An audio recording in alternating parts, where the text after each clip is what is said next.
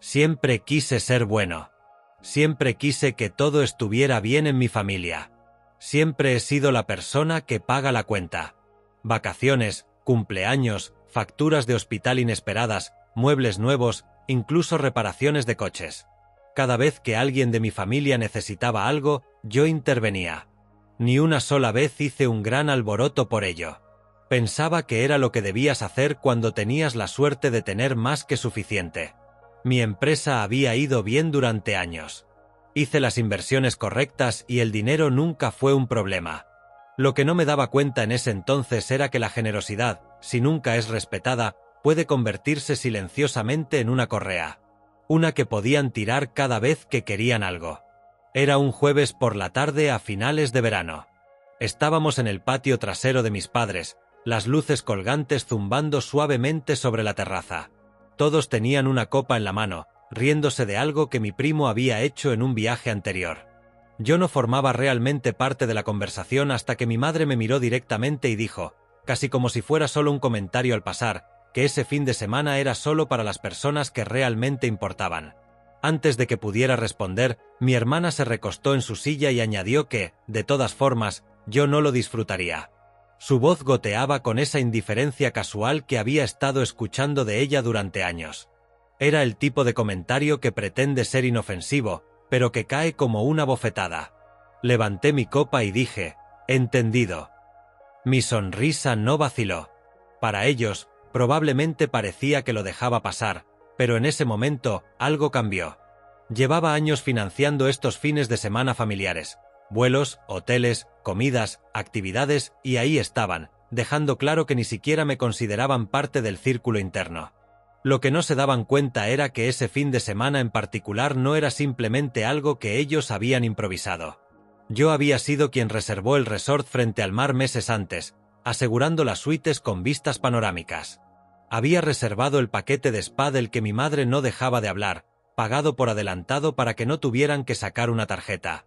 Incluso había cubierto el depósito del yate que planeaban alquilar para una tarde de navegación, con almuerzo incluido y champán.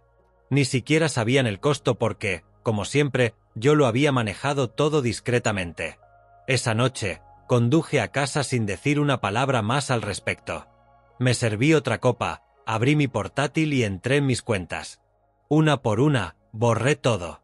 El resort cancelado, el spa reembolsado, el yate eliminado del calendario. No solo cancelé. Me aseguré de que las reservas no pudieran reactivarse sin mi aprobación directa. Me quedé sentado un momento después, sintiendo una mezcla desconocida de calma y anticipación. Las piezas estaban colocadas. Ellos no lo sabrían hasta que fuera demasiado tarde. Y por primera vez en años, estaba deseando ver sus reacciones. El sábado por la mañana llegó con el tipo de clima que hace que los folletos de viaje parezcan creíbles. Cielo azul despejado, brisa suave, el sol reflejándose en el agua como purpurina. Era el día perfecto para una salida de lujo en yate. Justo la que mi familia había estado presumiendo ante cualquiera que quisiera escuchar. Me desperté más temprano de lo habitual, no porque lo necesitara, sino porque quería imaginar cada momento a medida que ocurría. Preparé café, me senté en mi balcón e imaginé la escena desarrollándose en el muelle. Habrían ido de buen humor durante el trayecto. Mi madre probablemente llevaría su sombrero de ala ancha y esa bufanda de seda que solo usaba en ocasiones importantes. Mi hermana estaría revisando su teléfono, ya redactando en su cabeza los pies de foto para Instagram. Mi padre estaría repasando el itinerario en voz alta como si lo hubiera organizado él mismo. No tenía ni idea de que la única razón por la que todo eso era posible era porque yo lo había organizado discretamente meses atrás. Para cuando pusieran un pie en el muelle, me imaginaba a mi madre ya saludando a la tripulación, esperando un trato de alfombra roja. El capitán del yate, un tipo alto, siempre con gafas de sol, los habría recibido con una carpeta. Les pediría el nombre de la reserva y mi madre lo daría como si anunciara a la realeza. Luego, la pausa. No sería larga, solo lo suficiente para que la sonrisa se desvaneciera de su rostro. El capitán revisaría su lista de nuevo, tocaría la pantalla de su tableta y finalmente le diría que no había ninguna reserva bajo ese nombre. Mi madre, por supuesto, insistiría en que debía de haber algún error. Mi hermana intervendría, subiendo la voz, diciéndole que volviera a comprobar. El capitán, profesional pero firme, les mostraría la hora de la cancelación. Incluso señalaría que el pago había sido reembolsado por completo. Mi hermana exigiría saber a quién, como si no lo sospechara ya. Mi madre insistiría, diciendo que ella había confirmado todo personalmente, lo cual era mentira, porque nunca había movido un dedo para organizar una sola parte de ese viaje. Me imaginaba a mi padre apartándose para hacer una llamada, murmurando algo sobre arreglar esto. Unos segundos después, mi teléfono se encendió con su nombre. «Arregla esto ahora», dijo. En el momento en que respondí, no hubo saludo ni introducción. Tomé un sorbo lento de café, dejando que el amargor se asentara antes de responder. «No». Por un momento, no hubo nada más que ruido de fondo. Olas golpeando el muelle, voces amortiguadas, tal vez mi hermana gritando a alguien cerca. «¿Crees que esto es gracioso?», preguntó. Dije, «Me dijiste que no disfrutaría del fin de semana. Seguí tu consejo». Y colgué. Sabía exactamente lo que pasaría después. Se apresurarían a salvar las apariencias, tal vez intentarían pagar el yate ellos mismos, solo para darse cuenta de lo caro que realmente era. Pensarían en llamar al resort para hacer el check-in temprano, pero pasaría lo mismo allí. Todo el fin de semana del que habían estado tan seguros era un castillo de naipes, y yo acababa de sacar la carta de la base. Lo que aún no sabían era que el yate era solo la primera ficha de dominó. Después de colgarle a mi padre en el muelle, el silencio de su parte duró alrededor de 1 hora. Me los imaginaba paseando, intentando averiguar cómo darle la vuelta a la situación. Mi padre siempre ha sido el solucionador de problemas, pero solo cuando la solución implica que otro pague la cuenta. Mi madre estaría jugando la carta de la dignidad, actuando como si esto estuviera por debajo de ella. Mi hermana estaría hablando sin parar, señalando con el dedo a todos menos a ella misma. Cuando finalmente mi teléfono volvió a encenderse, era mi hermana llamando. Dejé que sonara, luego otra vez, luego mi madre, luego mi hermana. Para cuando llegó la 5ª llamada, ya había puesto mi teléfono en silencio y boca abajo sobre la encimera. Estaba preparando el desayuno cuando apareció en mi pantalla el nombre de mi primo, con un mensaje que decía: «¿Qué pasó? Tu madre está llorando en el puerto». Podía imaginarlo claramente, ella sentada en uno de esos bancos de madera, con gafas de sol puestas, intentando hacerse la víctima para cualquiera que estuviera cerca. Mi hermana estaría caminando de un lado a otro, teléfono en mano, llamando a todos los familiares que pudiera para contarles lo que Andrés acababa de hacer. Ese es su patrón. Hacer suficiente ruido, conseguir que suficiente gente tome partido y, finalmente, que la presión obligue a alguien a ceder.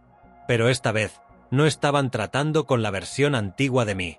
Aproximadamente 1 hora más tarde, mi padre llamó de nuevo. Su tono había cambiado. Menos gritos, más indagación. «Dímelo directamente. ¿También cancelaste el resort?» No respondí. Solo dejé que la pausa se alargara lo suficiente para que se diera cuenta de que no necesitaba confirmar nada. Lo escuché exhalar por la nariz. Ese sonido corto y seco que hace cuando está acorralado. Luego la línea se cortó. No pasó mucho tiempo antes de la siguiente actualización. Mi primo, el mismo que me había escrito antes, llamó para decirme que habían hecho las maletas y conducido hasta el resort. Entraron, con el equipaje rodando detrás, esperando que sus llaves estuvieran listas. El personal de recepción miró el ordenador y luego explicó educadamente que no había ninguna reserva a su nombre. El sistema mostraba que la reserva había sido cancelada 3 días antes, y que los fondos se habían devuelto al método de pago original. Fue entonces cuando debió de caerles la ficha. Mi hermana, al parecer, se lanzó a la misma rutina que había usado en el muelle, afirmando que había habido un horrible malentendido, exigiendo ver a un gerente, mencionando mi nombre como si fuera una contraseña mágica. Mi madre se mantenía rígida a su lado, insistiendo en que había confirmado los detalles personalmente, lo cual era una mentira absoluta. Mi padre sacó su tarjeta de crédito, dispuesto a arrojar dinero al problema, pero los precios de temporada alta en un resort de lujo frente al mar no eran lo que habían presupuestado. Y aunque hubieran estado dispuestos a pagar, el resort estaba completamente lleno.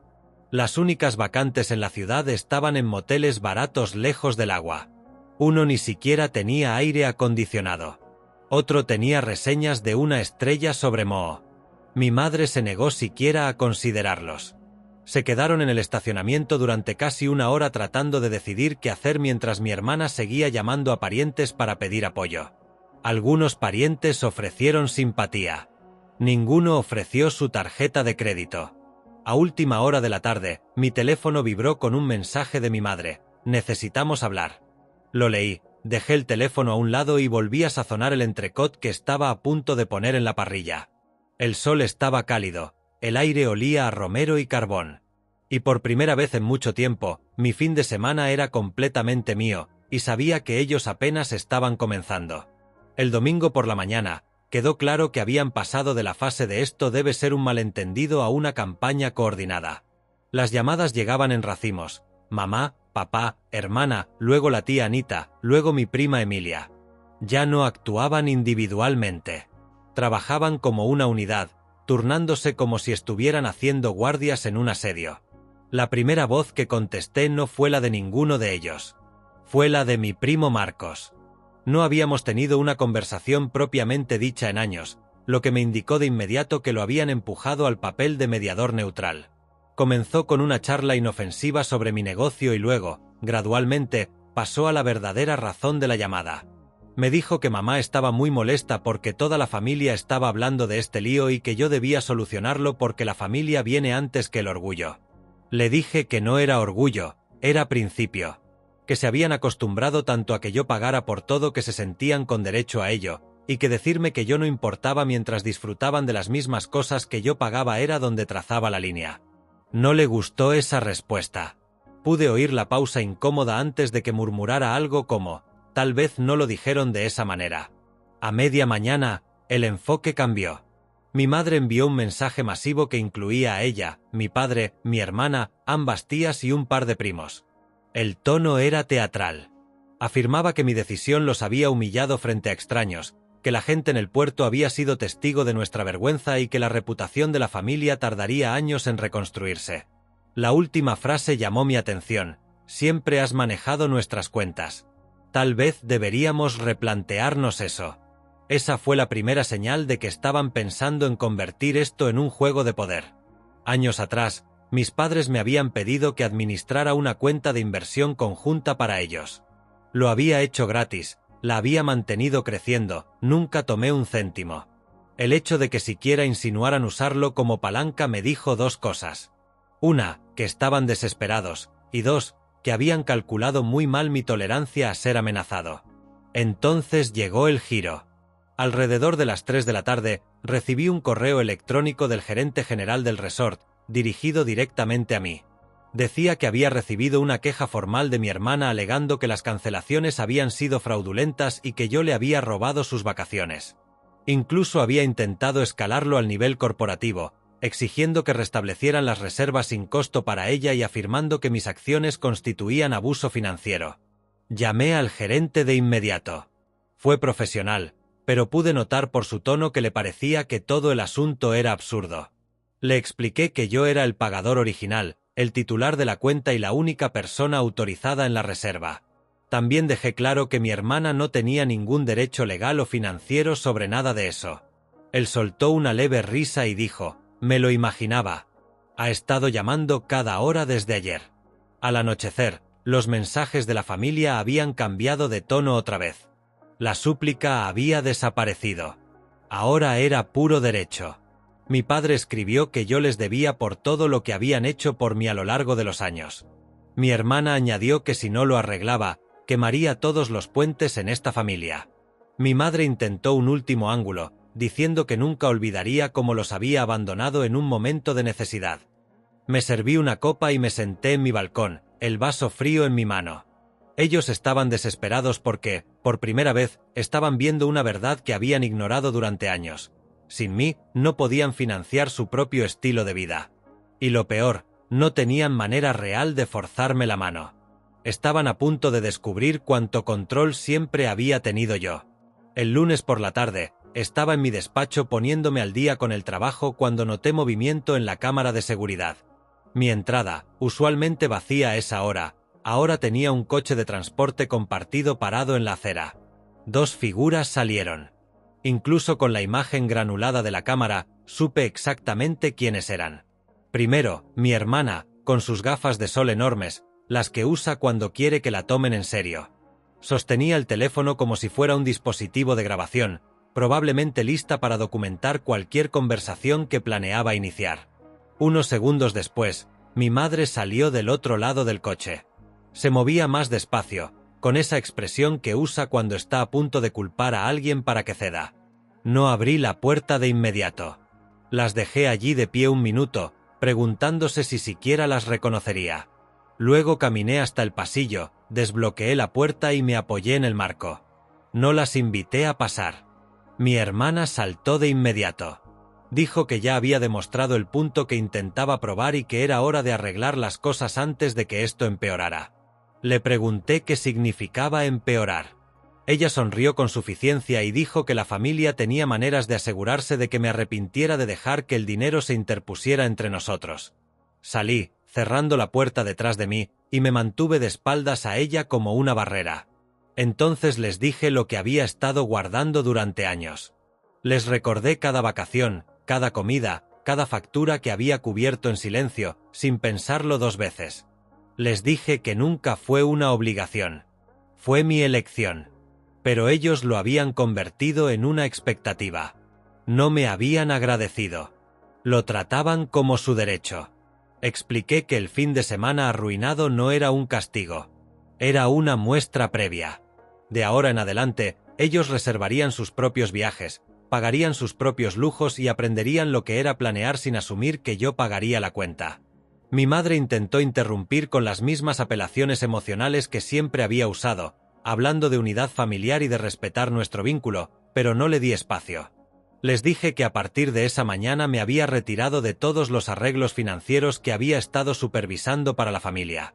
La cuenta de inversión que había estado haciendo crecer para mis padres seguía intacta, pero ahora tenían control total sobre ella, lo que también significaba que tenían plena responsabilidad.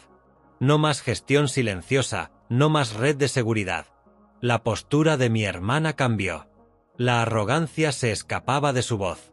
Comenzó a decir algo sobre lo que pensaría la gente cuando se enterara de todo esto. La interrumpí. Le dije que las únicas personas que se preocupaban por su imagen eran ellos y que la percepción pública no valía los años de derecho que yo había tolerado. Hubo silencio unos momentos después de eso. Luego mi madre le dijo a mi hermana que deberían irse antes de armar una escena. Se dieron la vuelta y caminaron de regreso hacia el coche que las esperaba, sin hablar entre ellas. El vehículo se alejó. Mi teléfono permaneció en silencio durante horas. Luego, justo después de las 9 de la noche, recibí un único mensaje de texto de mi padre. Mensaje recibido. Pero yo sabía por experiencia que recibido no significaba entendido. Y definitivamente no significaba aceptado.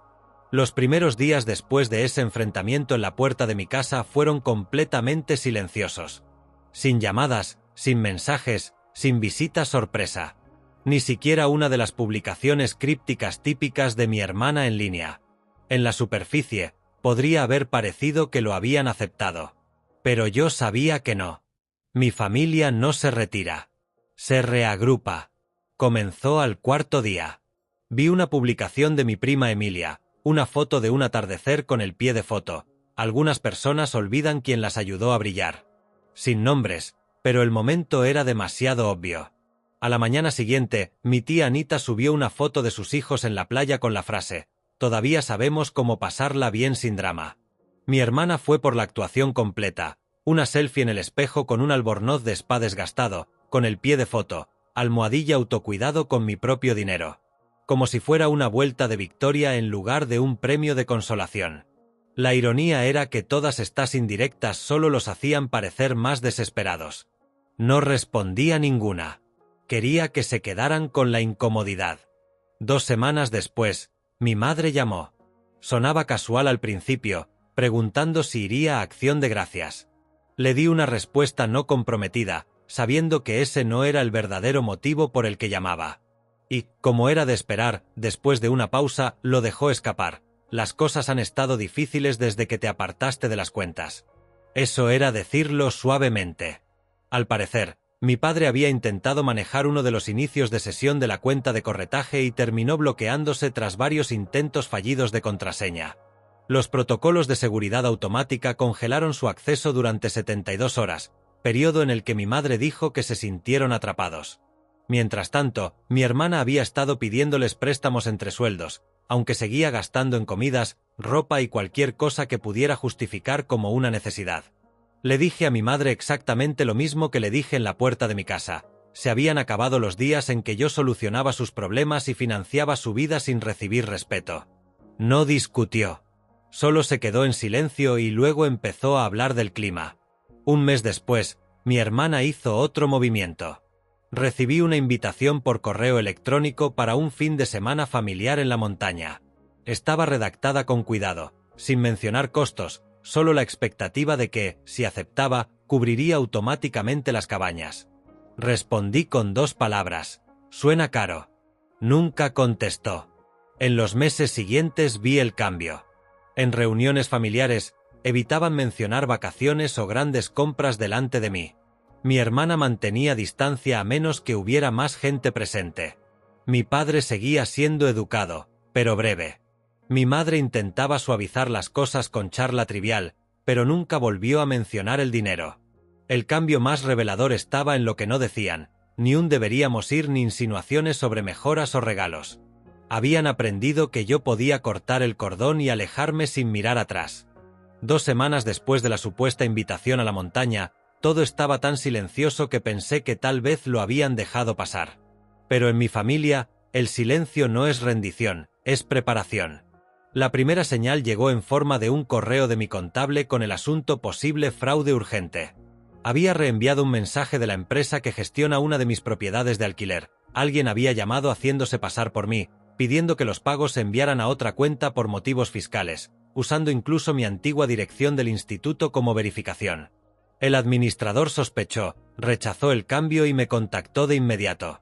La segunda señal llegó esa noche. Mi prima Emilia me llamó, lo bastante raro para despertar sospechas. Dijo que mi hermana le había hecho preguntas muy específicas sobre mis bienes, qué propiedades estaban a mi nombre, cuáles a nombre de mis empresas, cuánto tenía en fondos líquidos. Emilia aseguró no haber respondido, pero pensó que debía saberlo. Luego añadió que mi madre se había reunido con una amiga buena con el papeleo, insinuando que buscaban indagar en registros financieros. A la mañana siguiente tuve la confirmación. Mi hermana publicó en Facebook una frase críptica: algunas personas creen que cortar lazos las hace intocables. No es así. Esto ya no era resentimiento, era reconocimiento del terreno, buscando puntos débiles. Decidí que no esperaría más. Dejaría de jugar a la defensiva. Era hora de blindarlo todo antes de que intentaran algo más. Al mediodía tenía a mi abogado al teléfono, a mi contable en el correo y al administrador de propiedades en una llamada a 3. Revisamos cada cuenta, propiedad y pago automático. Empezamos con la cuenta de inversión conjunta de mis padres. Seguía en buen estado, pero trasladé la gestión a un fideicomiso a mi nombre con un nuevo abogado como único administrador. Mis padres seguían siendo beneficiarios, pero sin acceso sin mi aprobación. Verifiqué las escrituras de todas las propiedades y añadí una alerta antifraude en el registro del condado. Cualquier intento de cambio me sería notificado al instante. Las cuentas bancarias recibieron verificación en 2 pasos con llave física de seguridad. Incluso la membresía del club náutico quedó actualizada para que solo yo pudiera usarla. En menos de una semana, no quedó un solo aspecto de mi vida financiera al alcance de ellos. La primera señal de que lo notaron fue cuando mi padre intentó entrar en la cuenta conjunta y recibió un error. Le dije que no estaba bloqueada, sino segura, y que cualquier solicitud debía pasar por mi abogado. La segunda vino de mi hermana, que intentó contactar al administrador de propiedades para cambiar pagos. Él le dijo que no podía hablar sin mi autorización escrita. No me llamó después. Mi madre tampoco, pero supe por Emilia que había dejado de presumir de la generosidad de Andrés. Por primera vez en años, no podían tocar nada mío, ni dinero, ni reservas, ni siquiera mi nombre para conseguir trato especial. No les gustaba, pero sabían que no podían revertirlo. El fin de semana que cancelé no era el verdadero mensaje. El mensaje real era este: nunca habían tenido derecho a mi éxito. Y ahora ni siquiera podían fingir que sí. Esta vez, no había marcha atrás.